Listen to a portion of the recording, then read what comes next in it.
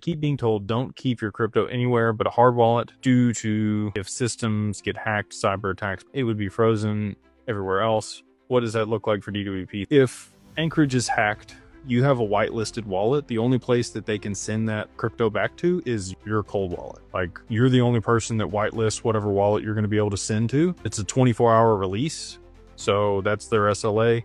It obviously most of the time happens much faster than that. Okay, but there's a lot of security protocols and checks before we dole it back out, even to that whitelisted wallet. We don't want you to be under duress. We don't want you to be in a position where somebody's going to take it from you if we send it back there. So we'll call and ask some questions. It's kind of like the bank when you want to send a wire or do something. They're like, well, what's this for? You know, and they call you. But it's also at the same time, like, if somebody did hack your account and they were trying to like take your stuff, you're probably glad that they're doing that. So that's kind of what we do. It's a multi-sig process to remove the assets, but we can send them back at any time whenever you want them. We'll call and verify that it's you and make sure that we're good and you're not, you know, being held at gunpoint or something. And then, you know, we'll send it back. And like I said, even if it's hacked somehow, the only place they can send it back to is your own cold wallet. Now, I will talk about this though. Anchorage is bankruptcy remote. So what does that actually mean? You are never a creditor of Anchorage. They have a separate entity from their exchange and their brokerage desk and all the other operations that they do. That's the custody aspect. It's Anchorage Digital. If they had a bankruptcy, they would still have to go through bankruptcy.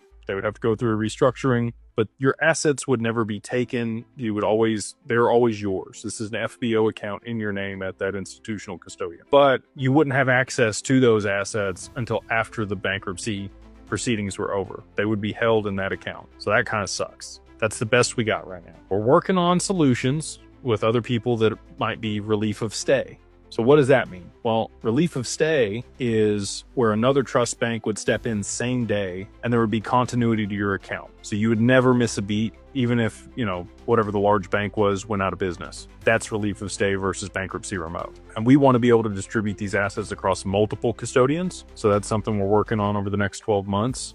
To be able to diversify risk across multiple custodians that all have the credentials and the standards that we have for institutional custody. So, you know, again, I don't think